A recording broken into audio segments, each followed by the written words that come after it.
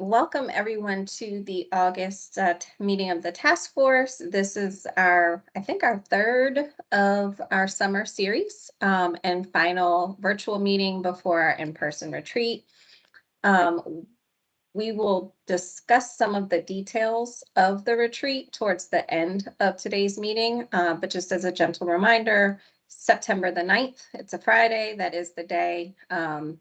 We are working on having a hybrid option so that folks can attend in person, preferably, or virtually. I know things come up, so we want to be flexible and responsive to the needs and busy lives of each of you. Before we kind of do a dive right into our agenda, let me get our slides pulled up.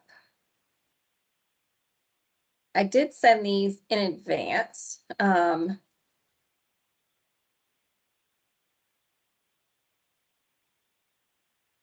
did send these in advance just so if anyone had the opportunity to take a look, they were able to, great. If not, no harm, no foul.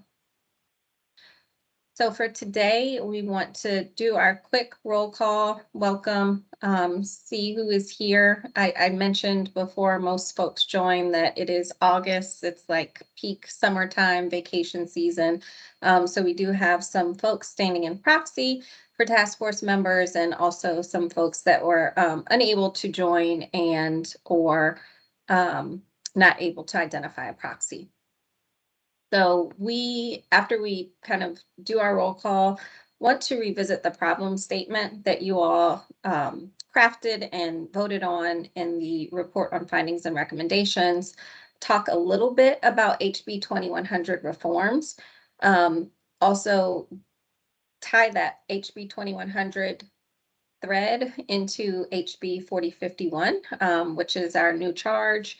And then want to review the task force recommendations with some potential implementation pathways for you all to consider. Nothing set in stone. This is work from the discovery team. That was one of our deliverables following the report on findings and recommendations. But really, I'm hoping good conversation starters for our in-person full day retreat in September. And then we'll kind of end on some details and logistics for the task force retreat. All right, so I can see that we've got some folks that join, but if you could just say hi and introduce yourself. Jill, I'll make sure your name gets highlighted there. I kind of did this before you hopped on, and I can't change it while I'm sharing the screen. So you just want to say hi because we do have Ashley Hamilton with us. Many of you might know Ashley, but she is serving as a proxy for Jimmy, who's on vacation. You want to kick us off? Absolutely. Good evening, everyone. My name is Ashley Hamilton. I am the Chief Program Officer with Mid-Willamette Valley Community Action Agency for Marion and Polk counties. And I love your hair. All right, who else wants to introduce themselves?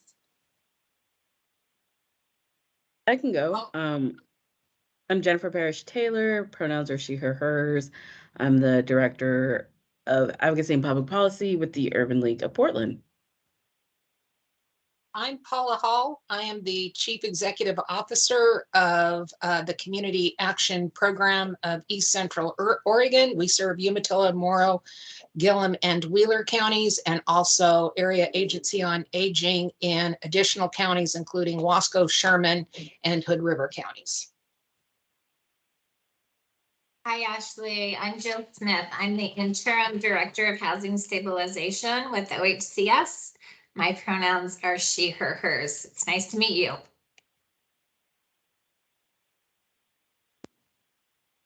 Hey everybody, this is Marisa Espinosa, she, her pronouns, and I am the Policy and Systems Advocate for Northwest Pilot Project in Portland. Good to see you all.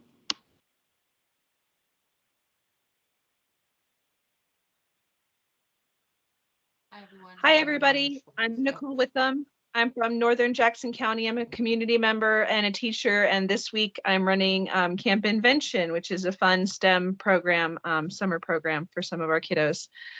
And I'm glad to be here. Thanks for being here, Nicole. It's wonderful to have community members and not just people who are being paid to represent. This is Jessica Pratt from the Association of Oregon Counties. Hello, everyone. Rowan, did you want to introduce yourself? Hi, I'm Rowan Schwartz. I use they, them pronouns. I'm attending as a proxy for Vanessa Timmons, who is our executive director at the Oregon Coalition Against Domestic and Sexual Violence, and I am the executive administrative assistant and communications coordinator. Thanks so much for joining. Do we have all present task members accounted for? I think we do, but I do see This is some. Representative Vika. I'm on the phone. I just wanted to FYI. Oh, thank you so much. I was just about to ask. And this is Ariel Nelson with the League of Oregon Cities. Hi, everyone. I see some excitement. All right, let's get going. Okay, so I'm not going to read this verbatim. Hopefully each of you has had an opportunity to review or take a look at the report on findings and recommendations. That was one of the asks from last meeting. This is the overarching problem statement identified in the report on findings and recommendation that gives us, as my colleague put it the other day, it's more of an opportunity statement than a problem statement. And it acknowledges some hard truths, but it also proposes achieving some milestones throughout the state with the goal of reducing racial disparities amongst folks experiencing homelessness. So I know that we all thought that we might be finished after January 15th when the report on findings and recommendations was submitted to the Legislative Assembly. But one of the recommendations from this very body was to extend the task force and its work, and that wish was granted by way of House Bill 4051. So it's actually extended right into, I think, January 2nd of 2026. With a new charge that is very intimately connected to the 35 recommendations that the task force made. Right now, ahead of the next, I would say, 6 to 8 months in front of us, we have a new charge. You all have a new charge. I'm just here to facilitate and move us along in the process. But specifically, you all have to identify implementation pathways that are specific to certain sections under Oregon Law 448. And I'll get to that in just a second. There are 2 deliverables. The first deliverable is actually due September 15th. So we're going to want to talk about that a little bit. This is an interim report, so nothing as fancy and robust as what was submitted. I think 40 pages of report submitted to the Legislative Assembly back in January. And then we have a final report that is due on March 31st, 2023. And that's going to be the more robust report with the implementation pathways. So this is exciting, but there's also additional work ahead of us, and you all will have to make some decisions. Hopefully out of the in-person retreat, we can have a really clear plan moving forward, delineating roles and responsibilities across different task force members. And one of the things that you all said in the survey that we did about, like, hey, how was your task force experience? We want to make sure that we are creating opportunities for you all to exchange your views and have chances to dialogue. That was something that was really important to everyone around, almost everyone around the table. So we strive to create that for you. When it comes to HB 4051, what we're going to be focusing on outside or as it relates to implementation pathways are changes to the state's funding structure. You'll notice as I talk through some of the potential implementation pathways, there is nothing recommended as it relates to the funding structure because there's a lot to unpack there. And y'all, it is my position that you all need to have some time to do the unpacking collectively, exchange your views, and really come to some common ground where possible. because this is a big deal. And it will impact some organizations more than others, depending on what you all decide to recommend and what the Legislative Assembly decides to adopt or not adopt. So that's the big chunk of the work is the changes to the funding structure and how we achieve that. Because again, HB 2100, HB 4051, very explicit in the directives to figure out ways, this body is charged with figuring out ways to address some of the imbalances and reduce the disparities, and improve service deliveries, kind of like the kitchen sink. The next piece is identifying some of the methods that OHCS and the Housing Stability Council can make amendments to the contracting process. Another big ticket item, we do have some suggestions, and by we, I'm talking about the discovery team that works as a part of your facilitation team, kind of in the background, comprised of different subject matter experts. And then the last piece is recommending some solutions around funding of services. So this could be legislation, it can be rulemaking. We have a really great, I think we have within this task force a really great spectrum of people with different experiences, both lived experiences, but also professional experiences. So we're going to be looking at those things more closely this go round and identifying practical ways that you all can implement these changes. Before we dive into the recommendations, I did want to uplift something for you all. And, you know, with the creation of the task force as a part of HB 2100, something that has been a little bit overshadowed is the fact that there were some reforms that came as a part of HB 2100. So for example, the establishing performance standards for grantees, that is an HB 2100 reform that will have to be implemented at some point, and that is not explicitly tied to this task force, but something that the task force should be mindful of. Distinguishing and really parsing out the definitions of federal anti-poverty programs from homelessness assistance resources. That is one of the actionable HB 2100 reforms. Expanding the pool of partners, I feel like that is more closely tied to what the task force has been working on, because it does talk, some of the recommendations that you all came up with had to do with creating pathways, communication loops for different organizations, people with lived experience, to really be able to step into an advisement role.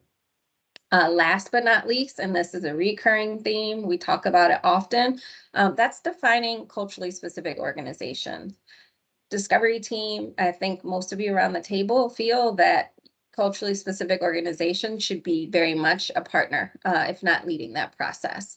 So these are things that I would like for each of you to have in the back of your mind, because they may be happening in coordination with this body, or they could be happening parallel to the work that you all are doing.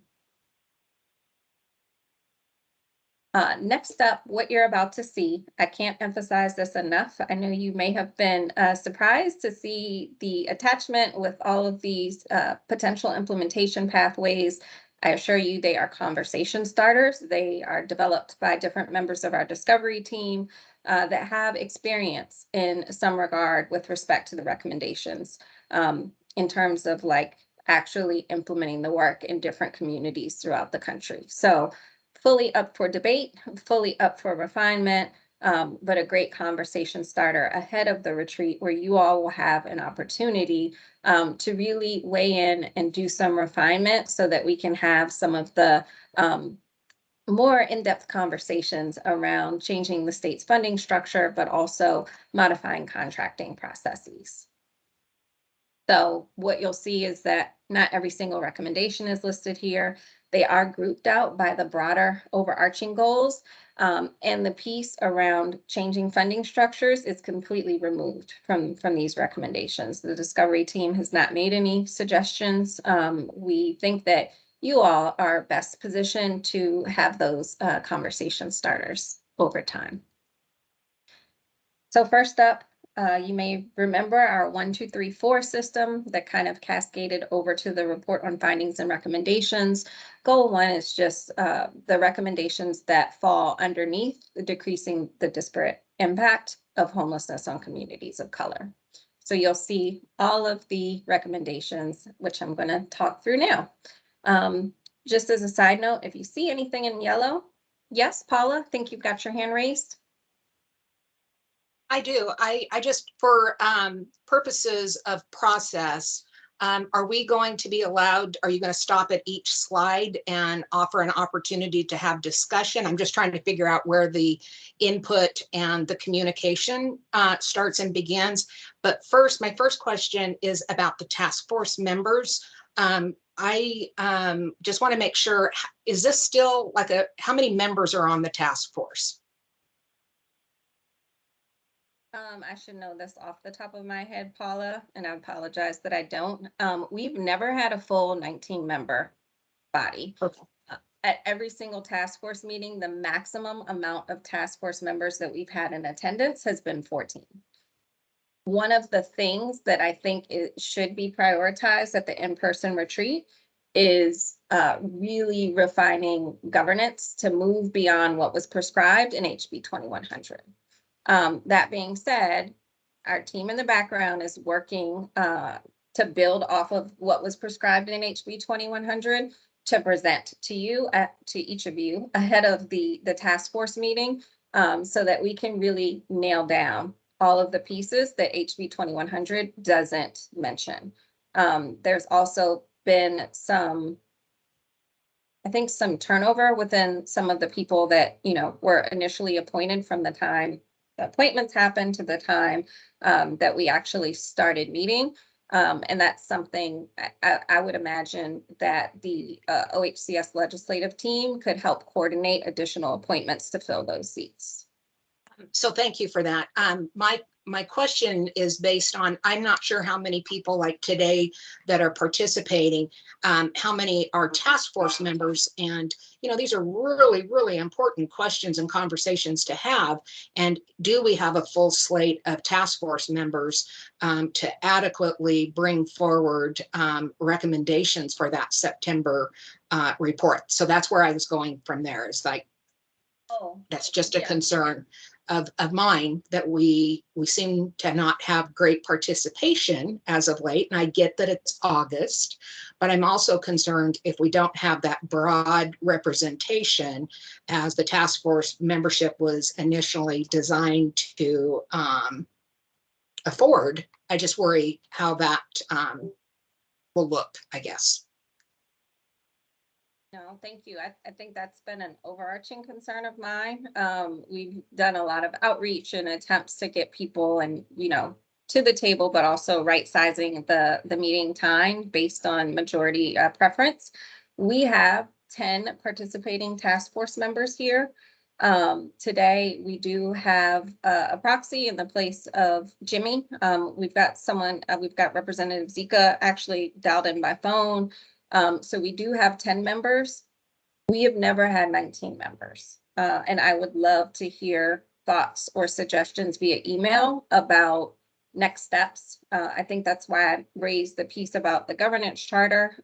It's not easy to get an appointment made because of the way that HB 2100 is structured. It has to be joint appointments from the president of the Senate and the speaker of the House. There are additional appointments from the governor's office. I know you all are looking at an impending transition after the elections.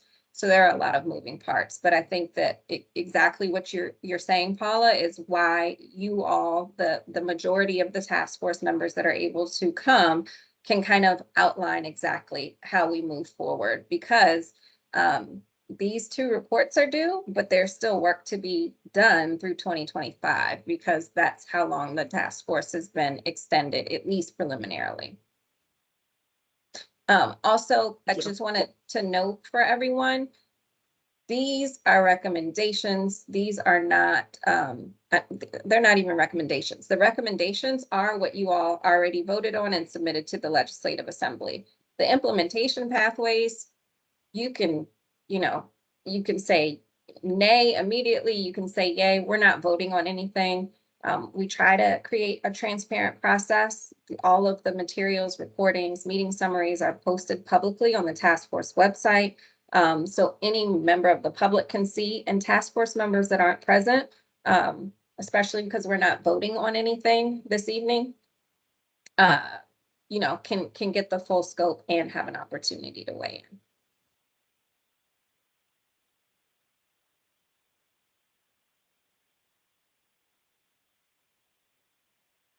All righty.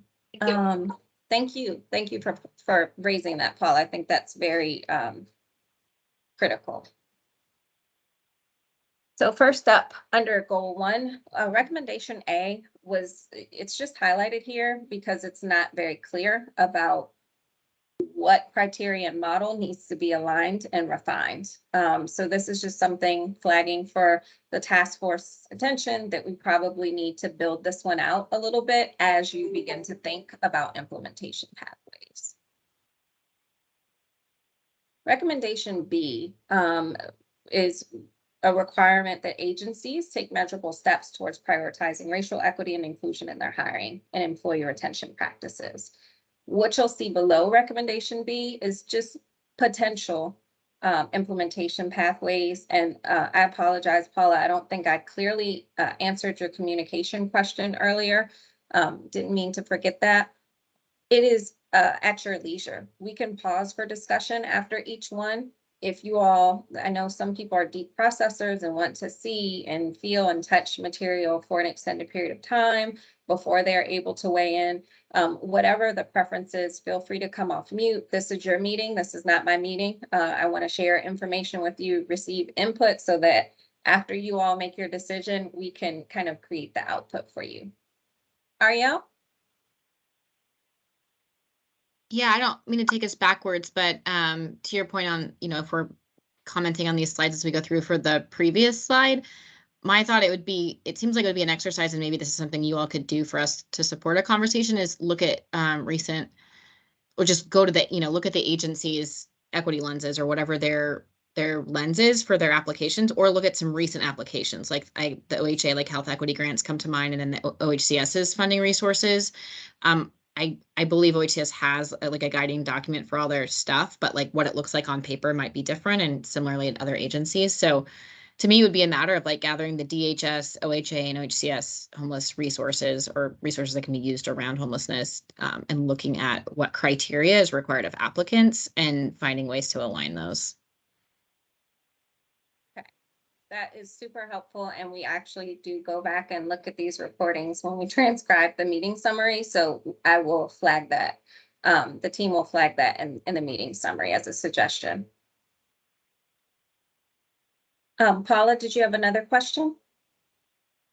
I have lots of questions, but I'll wait for per slide. I guess one of my overall comments is that I don't see a lot of adequate funding being brought to the surface. I see a lot of looking at the current structure and, ways of redesigning current programs, which, needs to be done perhaps.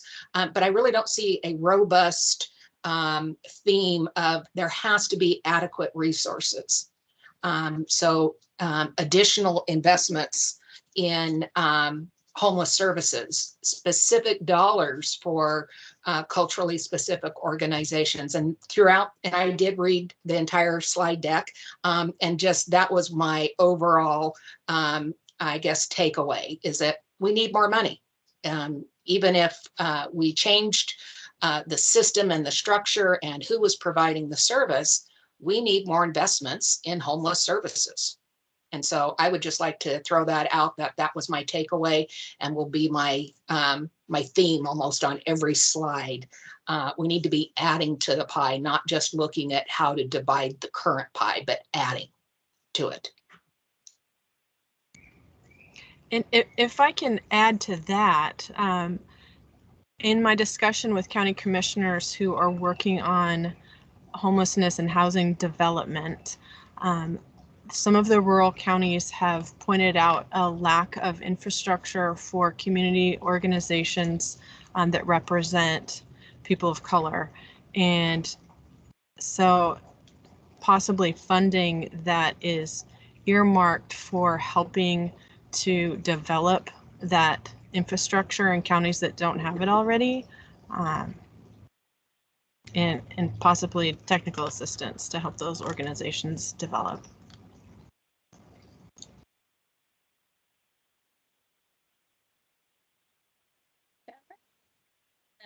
Yeah, just to Paula's comment, and I know it felt like it's been 10 years since we went through that first process, but I feel like we did talk about funding for, like, to your point, like increasing the amount of funding writ large, but also, and looking at how do we reevaluate the funding structure.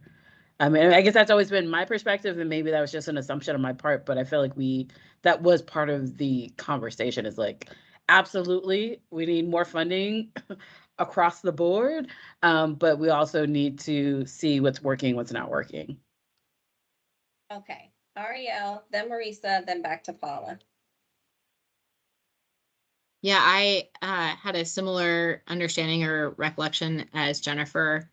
I mean, to me, I think it's this task force represents the opportunity, and with a new administration coming in, to just think outside the box and not think about it in terms of EHA and other money, but like, how do we holistically fund the need and holistically fund the changing service provider structure? And to Jessica's point, where are there gaps around the state, culturally specific or otherwise, in service provision? And how do we make sure we're extending funding opportunities, capacity, infrastructure, and not perpetuating the racial barriers that are in the current system?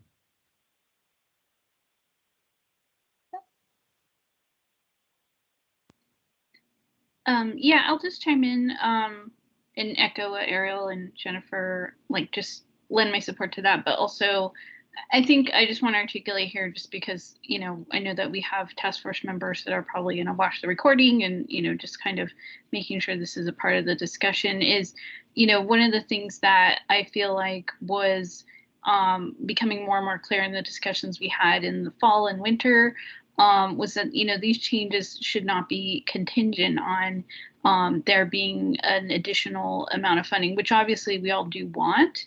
But it shouldn't be the case that, we wait to see that pie, that metaphorical pie, gets grown in order to make these changes.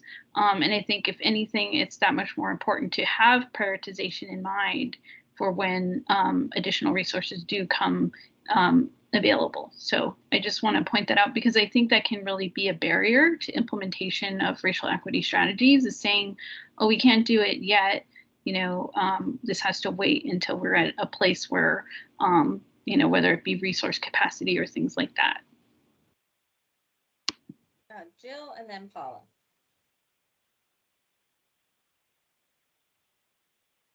Thank you. And I just want to agree with everyone. Funding is, a tremendous need. And I hope that you all have seen our agency request budget. We are asking for record-setting amounts of funding, especially related to homeless services and housing retention, unlike, never seen before. So your help advocating for that and keeping that on the radar of our legislators is greatly appreciated. And I agree. I think we need to think of this holistically, assuming that we're going to invest in solving this problem and that we do our best to get the outcomes, and to invest in culturally specific providers, because we know that that's a best practice and it works. Paula, back to you. I really didn't. I forgot to lower my hand, but I would ask Jill, that last statement that you made about that the best practice is using culturally specific organizations. Has that been tested in other state agencies within Oregon, or are you looking at other models in other states, or both? As far as having a positive impact on reducing that disparate impact, it's happened all across the nation, including in Oregon. So I would say both. Okay, thank you. Marisa? I'm so sorry, I forgot to unraise my hand. Oh, okay. All right. I love when y'all have conversations like this. So by any means, as we move forward, there's no pressure to get through the slide deck. Y'all each have a copy. We want this discussion, we encourage this discussion, and exchange of, ideas. So back to recommendation B. This is really a recommendation you all crafted that was centered around prioritizing racial equity and inclusion in hiring and employee retention practices. So again, these implementation pathways, these are just conversation starters. What this could look like is OHCS revising its contracts to include really specific requirements. That could look like establishing a baseline of data. So maintaining and submitting demographics that look not just across racial and ethnic lines, but looking at gender, looking at sexual orientation, looking at geography, and age for volunteers, employees, and board members. Many organizations have started listing this information in their annual reports or on their websites.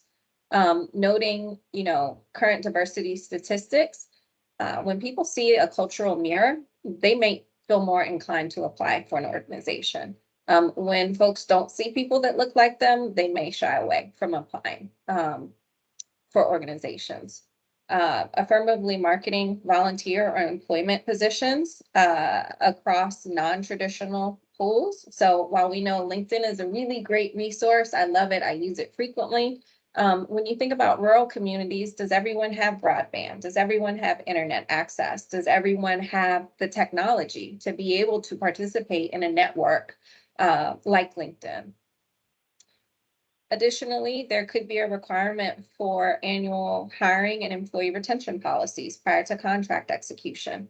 And I'll speak from personal experience on this note. I come from, a lot of deep work in the state of Virginia, in a very Northern Virginia, which is very urban, stone's throw away from Washington, D.C. The state of Virginia required it across the state. Like, we had to submit certain policies, certifications, and assurances that they reviewed before they would issue a contract, before we could receive funding. So that is just a suggestion for you all to mull over. And absent any hands raised, I'm going to go ahead and move forward, because again, this is not anything set in stone. This is the discovery team. These are conversation starters. Recommendation C, you'll see it highlighted. If you all are so inclined to talk about funding structure, because that has come up quite a bit in our discussion so far. The piece I think that a number of you all just shared about was around, moving forward action now in absence of increased funding. This recommendation was a part of Goal 1 and requiring a percentage of changes to the funding structure, as well as modifications to contracting. And this was a recommendation that I think as a task force, you all are going to have to do some more unpacking to identify specific implementation pathways. Happy to hear discussion now. Also, cool to move forward as well. So I have a question, and I don't know where my hand raising icon went. So I don't want the task force, all of the members, to think because I'm sitting in Pendleton, Oregon, and because I work for a community action agency, that I have certain biases, because I believe there is an imbalance between CBOs and CAAs and so forth. One of the concerns that I have when we have these conversations, I immediately go to, my community and the region that I represent. And so we do not have a lot of CBOs, CSOs in our community. So my first thought, if an area, whether it's a community action or whether it's, a district, whatever the formation, if those areas don't have these established alternates, I suppose, such as, the CBOs and the CSOs and so forth, what would happen then? I mean, I would hate to see any money being removed from a community because we cannot meet the culturally sensitive organization descriptors. And so, so I just want to throw that out there. Is like, would there be a time frame on, would we have to actually develop a culturally specific organization for our community? It's just some of those things being in a very rural community. It's just concerning. Thank you, Paula. Jill? That's a really good question. And I've thought of that many times myself. And I was wondering if maybe we need to work on the definition so that if an agency doesn't have, a lot of resources, culturally specific resources, they really understand what that means and how it's defined from the folks, that should be informing us of that, from people with lived experience, and that they have the knowledge to create that and invest in that in their community. I just feel like it's hard to create something and invest in something and make decisions unless we define it and we really know what it is. I know there's a lot of definitions for this out there as well. And I wasn't part of the task force last time, so I might be coming in midstream. You guys may have already gone through all of this.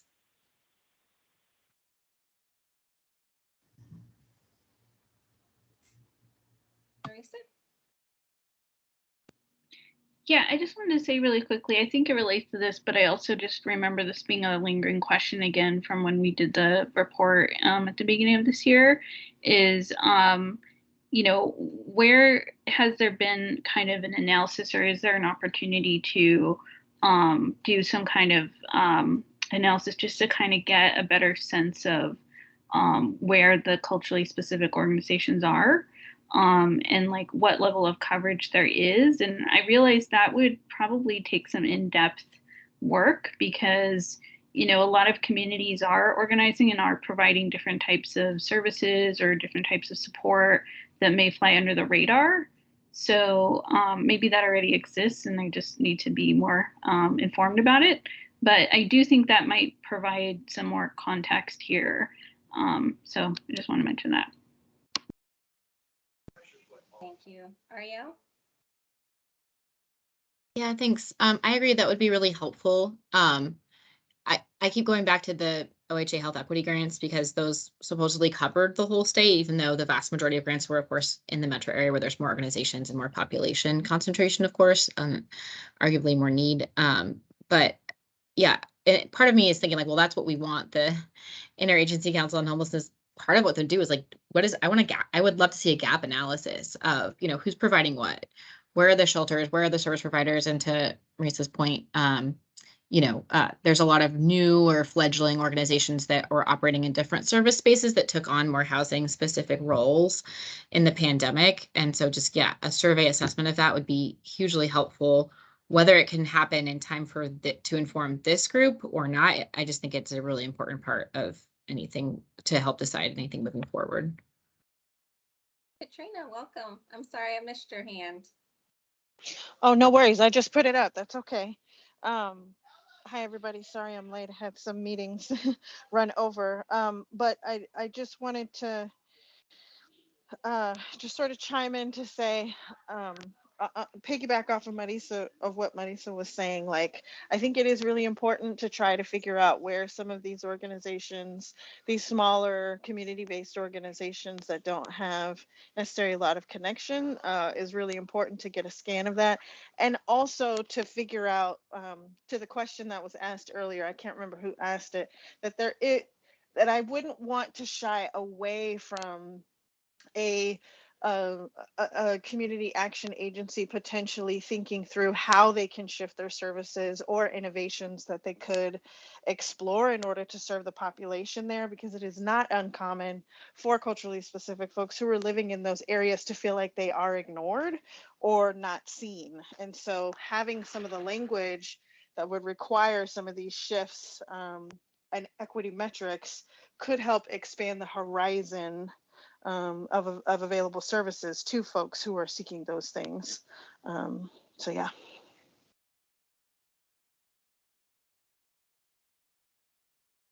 Jennifer?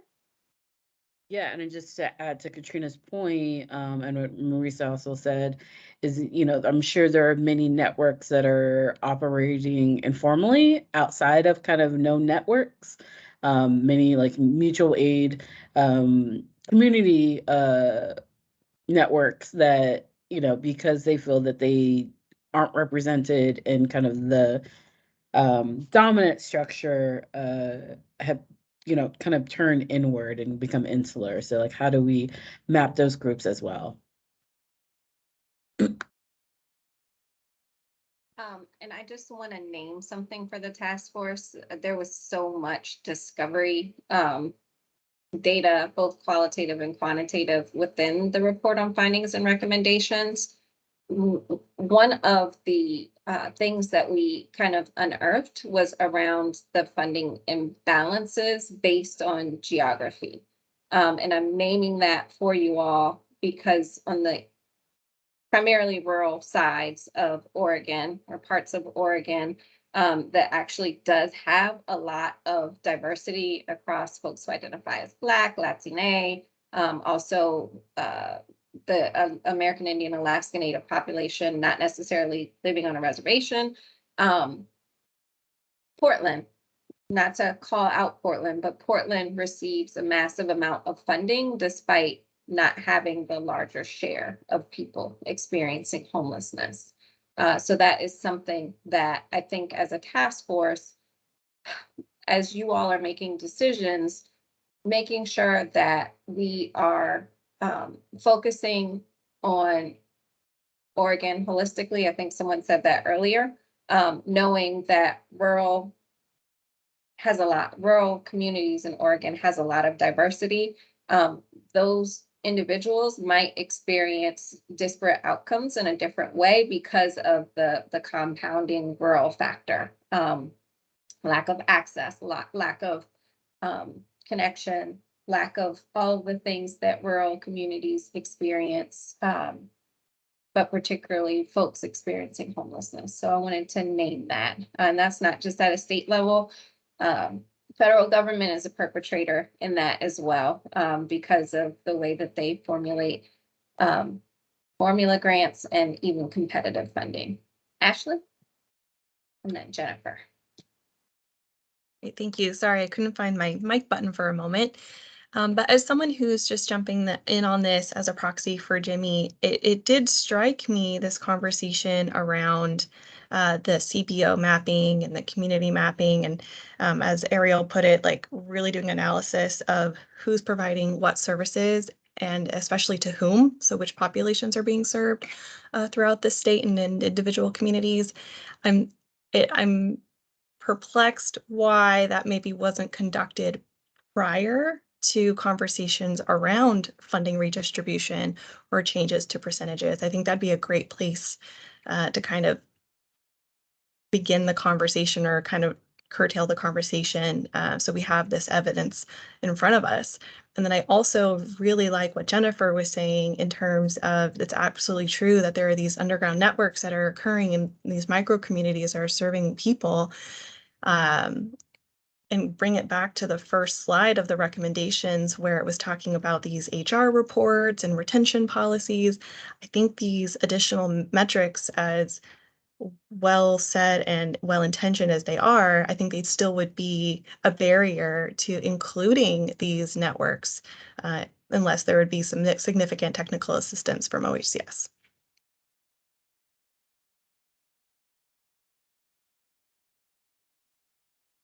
And I didn't mean to have my hand up, so I'm good. Okay. Ashley, thank you for sharing that. To your first question, I think time was the issue. The task force started on November 29th, and like it was a whirlwind 7 weeks before submission to the Legislative Assembly was due. So there was a lot of data collection, interviews, synthesis of data, but that is something that it sounds like is resonating with task force members. And whether it's, charged to the task force to create that map, whether it is something the Discovery team can support, or I think someone mentioned the Interagency Council as a potential opportunity. I'll just throw in joint offices. I know they're just getting established, but maybe that is a way to connect with the joint offices throughout the state that have been established and have them, they should be, hopefully they're more informed about what's happening in their local and surrounding jurisdictions. So just want to throw that out there as well.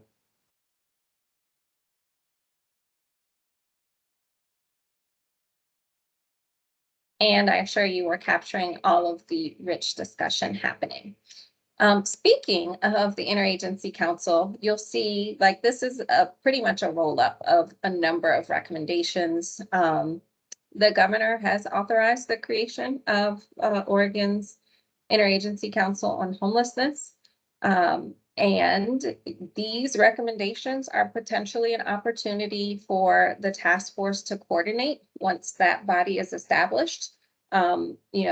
Some of the recommendations, actually all of these recommendations are kind of tied together with the exception of recommendation M, which is kind of a historical look at mandates in the legislation. But the other 4 recommendations, like, shaping equitable outcomes in partnership with the Governor's Racial Justice Council, that could be something that this body coordinates with not just the Racial Justice Council, but also the ICH. If you aren't super aware of what an Interagency Council on Homelessness does, it is a model that brings state leadership to the table to address homelessness. And that is something that has worked in many communities. There are other statewide interagency councils on homelessness. And there's a U.S. Interagency Council on Homelessness. So it's a great way to kind of caucus state leaders that can go back to their agency, their state agencies, and make some things happen, closely coordinate, do some work in parallel across the different agencies. The other recommendations here. Oh, Aria? Yeah, I have a question, and maybe it's covered in this, and I'm just not understanding these bullet points, but I thought one of our big recommendations coming out earlier around establishing the Interagency Council was so that agencies could better align related funding sources, timelines, as well as use the same equity criteria or similar equity criteria and similar criteria generally, just to make the application process more accessible and predictable and more understandable. Is that not part of this, or? That is, it could be, that's up to you all. That is a recommendation that's listed, but I don't think it was attached to this goal. I could be wrong. It might be next slide, or might be a slide coming up. But yes, that was an explicit goal. Is that something that y'all would like to see the Interagency Council do? Because yes, that is one of the functions. An additional function of an Interagency Council is also to, and I will have Britt Manzo actually talk about the Interagency Council. She's supporting some of that work at the in-person retreat. But there are so many functions of an Interagency Council that have to do with developing a really tight strategy and implementation plan on preventing and ending homelessness. We want them to do that equitably. I believe we're getting ready to get a new federal strategic plan that should be deeply, deeply grounded in equity. But Ariel, I appreciate you raising that. And I do think if you can flag that when we get to that recommendation, that could absolutely be a function of the Interagency Council.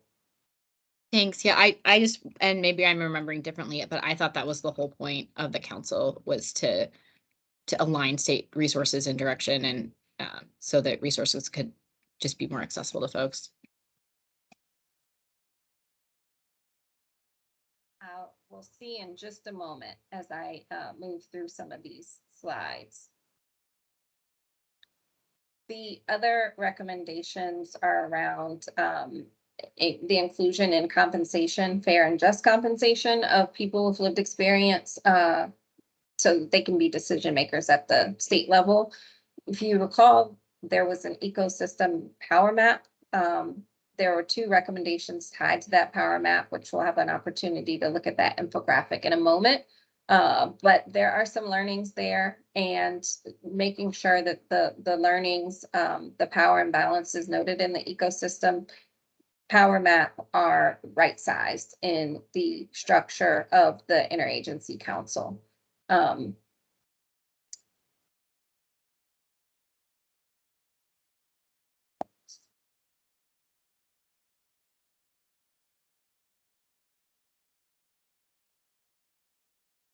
One of the next recommendations was around providing supports explicitly in the, Paula, you have a question? Yes, sorry about that. The last bullet on the previous slide, it talks about reviewing historical legislation that mandates current models. And do you happen to have examples of what those would be? What are the, and maybe that's a question more for Jill, but what would be some of those current mandates for OHCS? I can answer that and then pitch it to Jill. Thinking about some of the discovery findings, there is a rule or a statute that said that only community action agencies could provide advice to OHCS and the Housing Stability Council, I believe, the Housing Stability Council. That would be an example of legislation or mandates that really restricted the requirement of who could provide advice. And it didn't explicitly say, or doesn't explicitly say, that others can't, but only one is required as opposed to other organizations. So this is a comment regarding the current structure. It's not about introducing legislation that has worked in with other programs or services through OHCS. I don't think so, but I see Jessica appears to be able to provide some context. So I'm going to kick it over to Jessica. Okay. I was raising my hand about a different bullet point on this slide. I apologize. Okay. Jill, did you have any context? I know Paula said it might be a question for you. I would want to review the materials that you all went through when you created this bullet, but I do know there are a lot of historic statutes and rules that really things have evolved. They're not based on best practices at all. So there's a number of things here that we could really, it would benefit staff tremendously. We would be much more nimble and capable if they were changed, not just linked to funding, linked to all kinds of things. So but I would want to do some research before I start citing these. Okay. I just, my hope is that we don't get to a place where we kind of check a box that we agree with this recommendation and we really don't know what that means.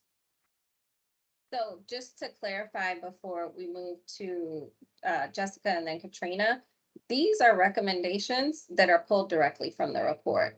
This body that already voted on that recommendation. This is just a grouping of the recommendations to partner with the Oregon Interagency Council on actualizing these recommendations. This is not a new recommendation. This is already voted on. This is the language that y'all voted on. So this is not an implementation pathway. Okay. Specifically, if you need to cross-reference, if anyone needs to cross-reference in the report on findings and recommendations, that last bullet is recommendation M under goal 1. All right, Jessica, you had another bullet, and then Katrina, I'll grab you.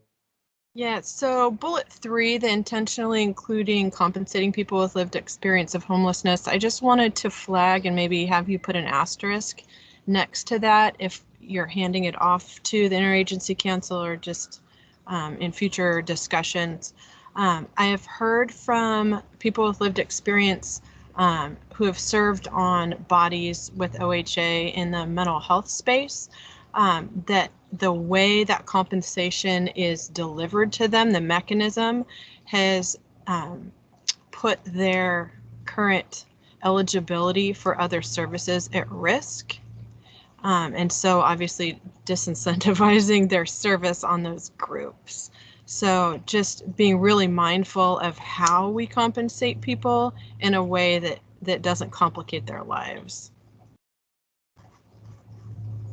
Thank you for raising that. I think at the last meeting, I might have shared a policy brief.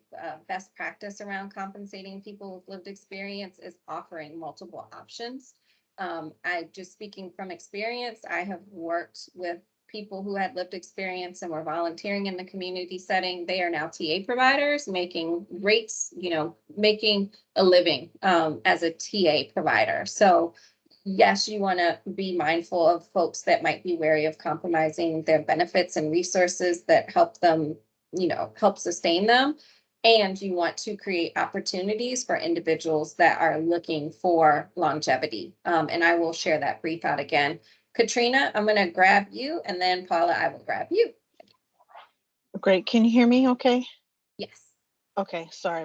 My thing was telling me that it wasn't picking up my microphone. So glad that you can hear me. No, I was just this was in reference to the last bullet, reviewing historic legislation.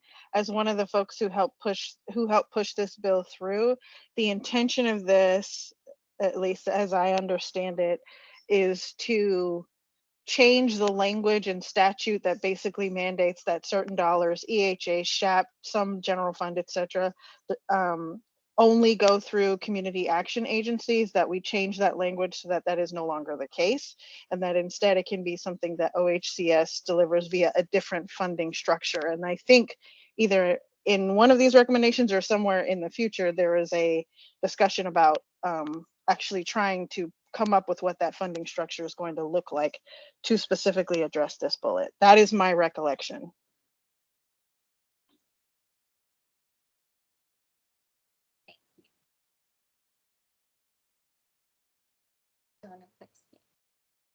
All righty. Pivoting back to this one, recommendation F was around providing support in other systems, specifically the child welfare and criminal justice systems. Linked into this particular slide here is a crosswalk of federal health and social services programs. There are tons of resources out there. OHCS may not be the one that is always aware of them. Health and Human Services Department, Social Services Department, other state agencies might be more in tune with the resources that closely align to their sector. First, coordinating through the Interagency Council on Homelessness is an opportunity, as well as the joint offices and or tribes.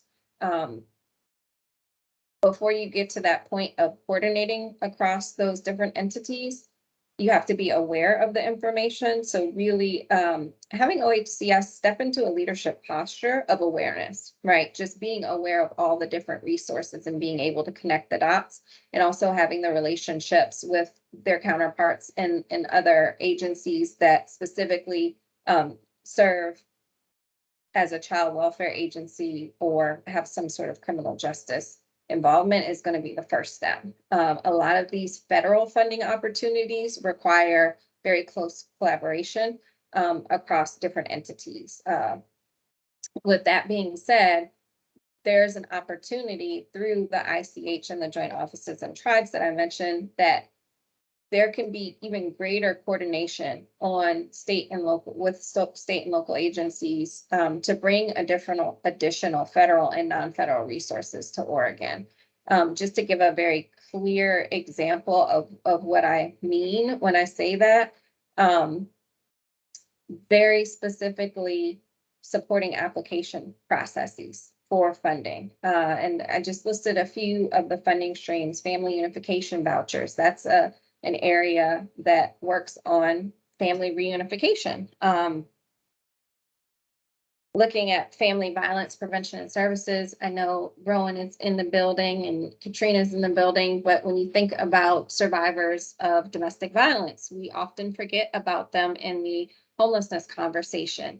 There are survivor-specific resources. How are we, and I'm not saying that Oregon is not already doing this, but how are we making sure that we are coordinating closely with victim service providers? RIA or Runaway and Homeless Youth Programs, that's an opportunity, particularly for justice system involved youth, social services block grant, foster care programs. We know that youth and young adults that are aging out of the foster care system often enter into homelessness. How can we work together with these specific subpopulations that intersect child welfare and the criminal justice sectors? Katrina, did you have your hand up? No, sorry, that was from last time. Let me go ahead and lower it. Again, so just the conversation starters. I think we'll probably end up with some conversation with this next one because this is directly related to what you were talking about, Katrina. This is around changing the existing funding structure. And again, it ties back to that goal of addressing power imbalances with the focus on culturally based organizations and culturally specific organizations, as well as CAAs. In your recommendation, you said that the task force will continue to meet to evaluate successes, tweak and refine. You suggested things like a competitive RFP process, targeted universalism, pilot with a percentage identified of existing dollars. Yes, Paula. So correct me if I'm wrong, and again, maybe this is more for Jill, but OHCS's current budget request is right around 800 million, right, Jill? And when looking at that, there doesn't appear to be, let's see, how should I say this? A prioritization of the disparities and so forth. And so that's more money than I think OHCS has ever asked the legislature for. That's, you know, monumental, but it doesn't appear that there is a focus on serving or a focus on making sure marginalized persons and communities are highlighted. Did I miss something on that? It just seems odd that that wasn't. Can I respond to that? Is that okay? I think it's important for every task force member to hear and understand. We're in the process of finalizing our budget request language. And if you were to look at the homeless funding request, a large percentage of it will be targeted to culturally specific agencies and networks serving BIPOC folks. That, I mean, we call it right out in the language where we're asking for the funding. So I'll push back on that statement. I think that we are actually being quite bold and asking for funding just to serve that population. And it wasn't a statement, it was a question. I just, I didn't know if I had the right information, but on that surface page of that request, it doesn't really highlight that. And I understand if there's more layers in it. So it wasn't an accusation by no means. It was really bringing the focus of reducing racial disparity should be front and center for all of us. No, I agree. So, Thanks, Paula. Thank you. Calling it out. Thank you. Jennifer, did I see your hand up or was that an accident? Yeah, I was like, it's not gonna be helpful to the conversation, so I lowered my hand. Okay. All right. Well, we have so much more to unpack around the funding structure, and we know that, and it's okay. And the dialogue thus far has been really valuable. I think this is the last or second to last recommendation, under goal 1, which we made it through. Woohoo. Recommendation K is conducting an audit of OHCS's policies and practices that may influence racial disparities. Some of you may not be aware of this. Some of you might be fully aware. OHCS has been a GARE participant, among other various cohorts that are focused on addressing racial equity in government. But they actually have developed a OHCS specific racial equity toolkit building off of that GARE work. So a beginning step, not a final step, is that they can use this toolkit to start to audit their own policies, practices, and decision-making, to identify the ways in which they influence racial disparities. Paula, is that a new hand raised or an old one? Okay, and then I got you, Jennifer.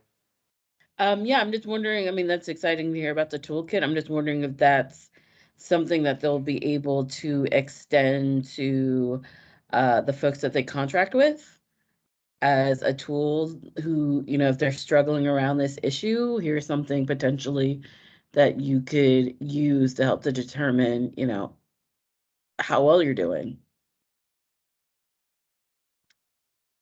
I'll try to respond to that. This is a really new tool that we're just rolling out, that we're kind of piloting on a couple of projects, and we're seeing great success, and we have tremendous hope.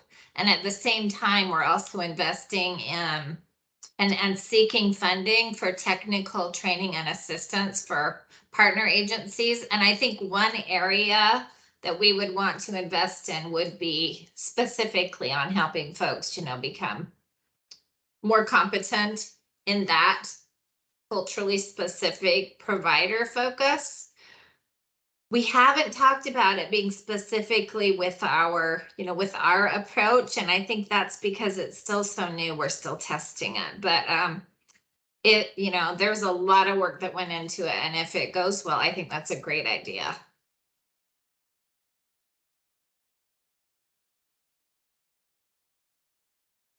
Jennifer, for the question. All right, we made it. We've got about 20 minutes left. Next goal is going to look and feel a little bit different. We're going to list out the recommendations after we just do a brief overview of the ecosystem power map, which looks across like who's making decisions at the state level, who influences those decisions, and who is often falling below the radar. This goal was around identifying needs and who can, or rather, who and how can OHCS and the Housing Stability Council receive advice and information about needed services for folks experiencing homelessness.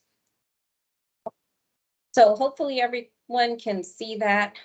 This again was a part of discovery findings that looks just what I said, those that make decisions at the state level, which includes state government agencies, our Oregon legislatures, those institutions that have been historically funded, lobbyists, also communities that have been historically funded. I mentioned earlier that the imbalance between Portland and the rest of Oregon in terms of the funding that it receives at the state and federal level to address homelessness, that would constitute a historically funded communities.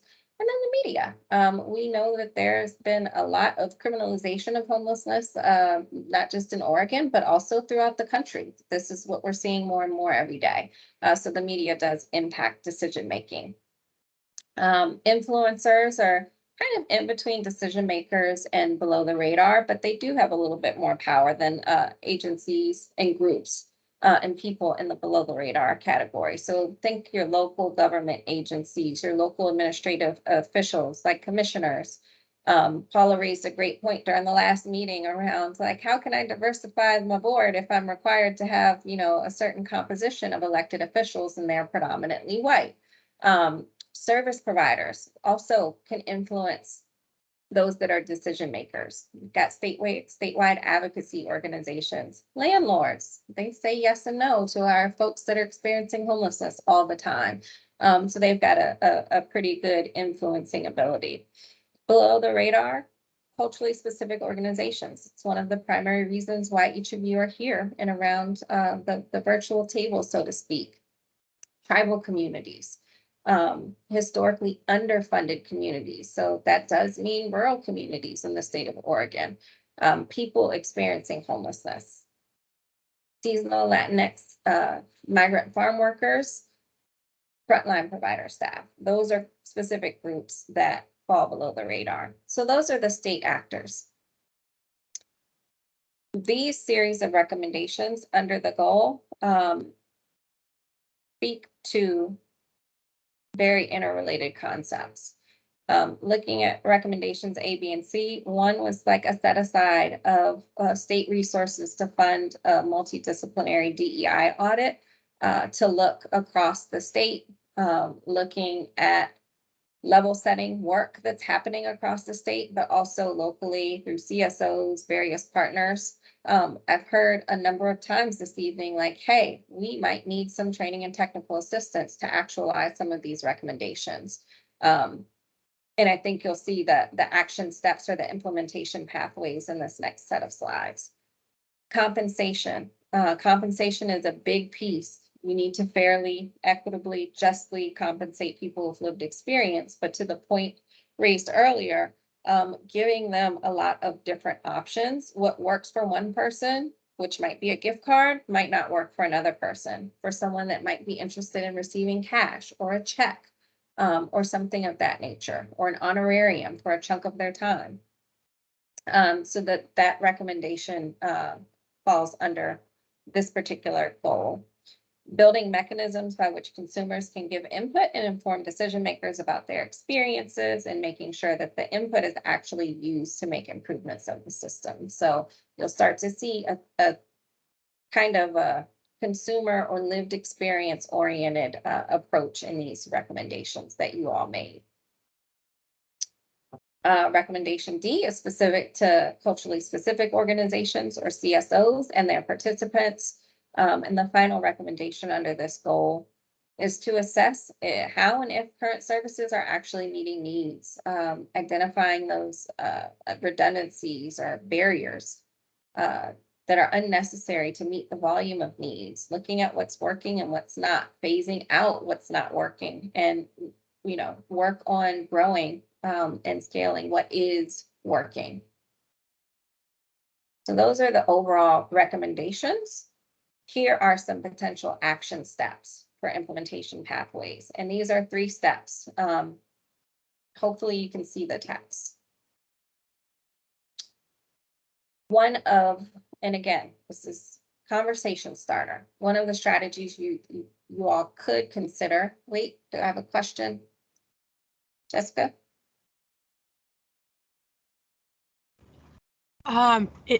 It may be answered, but I'll just throw it in there before I forget. As we're involving people with lived experience, and I think I saw somewhere in there input on the last slide, input from CSOs.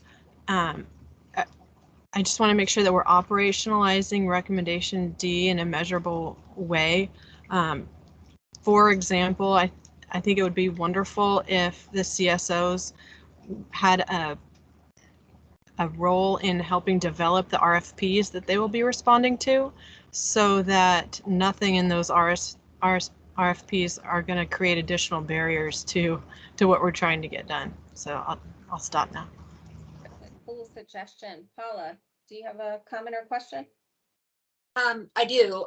On that recommendation D, being from Eastern Oregon and a very rural community, I think it's important to also identify that it is a statewide input from culturally specific organizations and participants, and it's not just the heavy populated areas but the state needs to receive input from all corners of our state. And I just think that should be called out. Thank you. Noted. You're here. Thank you, Paula. So moving forward with the action steps, the governor's office, we know, I just mentioned the, creation and funding of a Oregon Interagency Council on Homelessness. It seems like the governor's office is now really fully invested in establishing this council, but could also require a DEI audit across all of the state agencies. Maybe that's the governor's office. Maybe that's something that is birthed out of the Interagency Council on Homelessness. But really targeting programmatic regulations, policies, allocations, and using a disparate impact framework to identify where state institutions have been producing unintended disproportionate effects for members of specific racial and ethnic groups. Step 2 could look like OHCS providing funding and administrative staffing for standing up an advisory group, specifically for persons who have lived experience of homelessness, so that there is a continuous feedback loop for policymaking and program administration regarding the intersecting needs that households who actually have the experience of homelessness and are most impacted have an ability to influence decision-making at the state level, particularly as it relates to programs and implementation. A core piece of this, I know that we have more to unpack with the compensation conversation, but we have to compensate people fairly and justly for their time, whatever that might look like for them. You all have an opportunity to establish a bar high enough at a livable, meaningful wage for folks who have lived experience. We don't need to take them for their expertise and then not pay them for it, because in most regards, when we attend, meetings, if we're appointed, we have the resources and the privilege to be in these seats. Another piece of compensation is beyond the monetary value. It might look like childcare. It might look like transportation or access to showers in order to meet specific needs and reduce barriers for folks who have lived experience in participating. Part B of step 2 is really centered around doing a statewide system analysis of resources versus need. So looking at existing services, and this would be the responsibility of OHCS, but looking at existing services and shelter and housing resources compared with needs, as well as performance outcomes. And this is an analysis that will rely on available data across different systems. And I know data is often a contentious point. It doesn't have to be limited to HMIS data. You could look at 211 call information, look at data from advocacy organizations, and really try to get a comprehensive picture of what is happening within the state to understand where access has been limited, such that the homeless system doesn't necessarily reflect the needs accurately.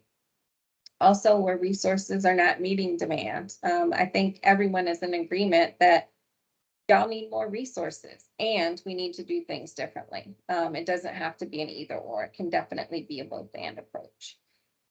The idea of this analysis is that it establishes a baseline for future work, and OHCS can really benchmark program improvement from the baseline.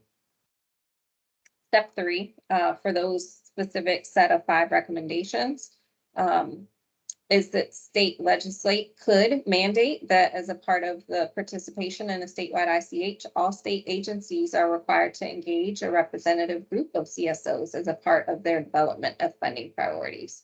And this mandated input could be tied to the state budget process.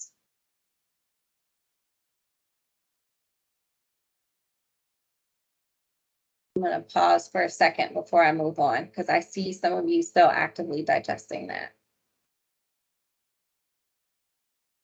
And again, just conversation starters. I'll just reinforce what Paula said a minute ago is in regards to step 3. If we do this to keep in mind geographical diversity as well in the CSOs that are represented in a venue like that. And if I could jump in, I think that under 2A and maybe even some other areas, I think it's important that we call out that we need to go to where those experiencing homelessness to get their input.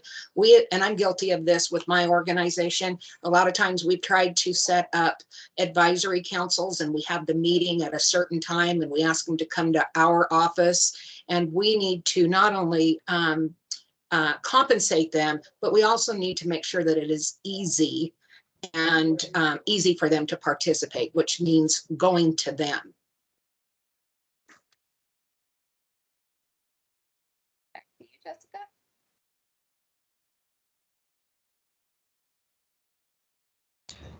Sorry, I didn't mean to have my hand still up, but since you called on me,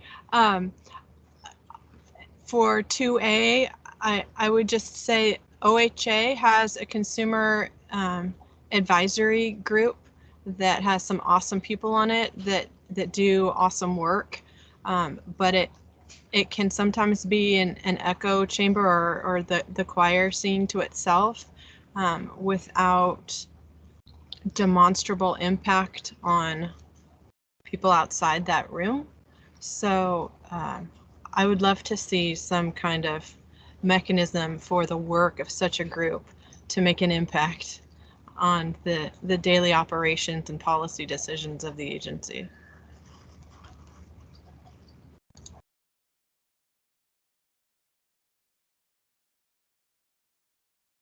And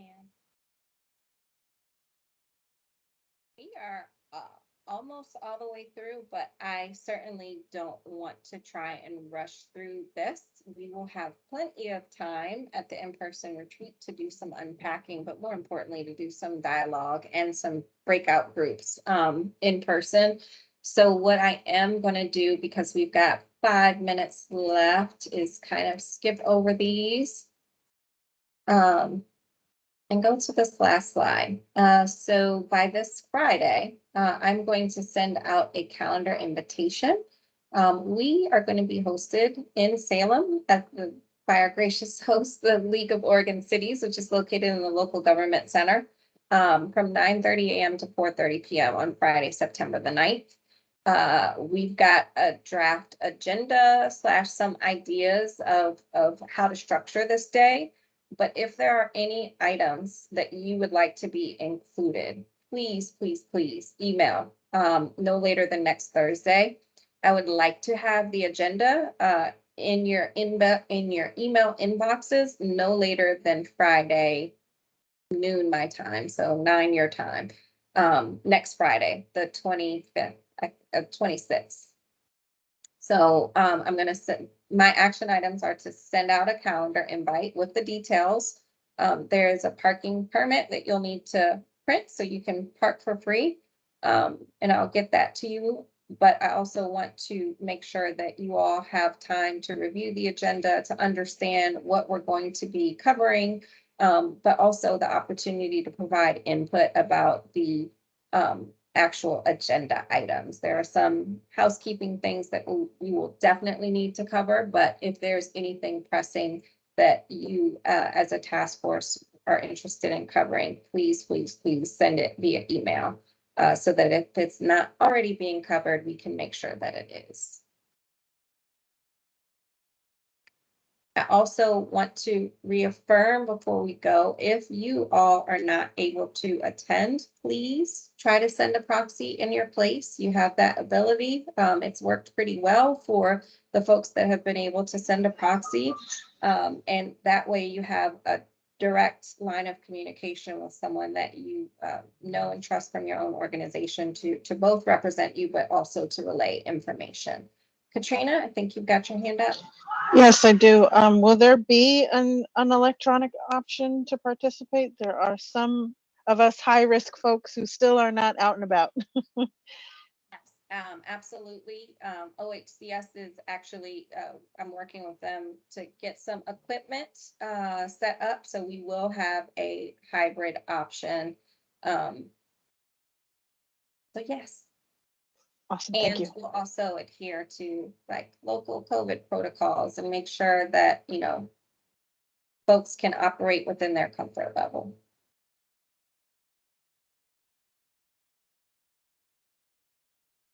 Any Thank you. closing? Oh, thank you. Any closing thoughts? We have about 2 minutes left, and I want to be respectful of everyone's time this evening.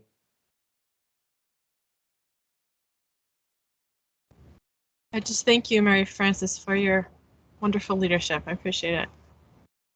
I appreciate each of you. It's always fun. This is like my fun work. Head TA is not the fun work. Y'all are the fun work. So, all right. Well, thank you to each of you. Hope you have a wonderful evening and see some of you in person next month. Kanisha and I and 2 of our other team members will be there to greet you and guide you through your day. Thank you. Thank you. Bye. Good night.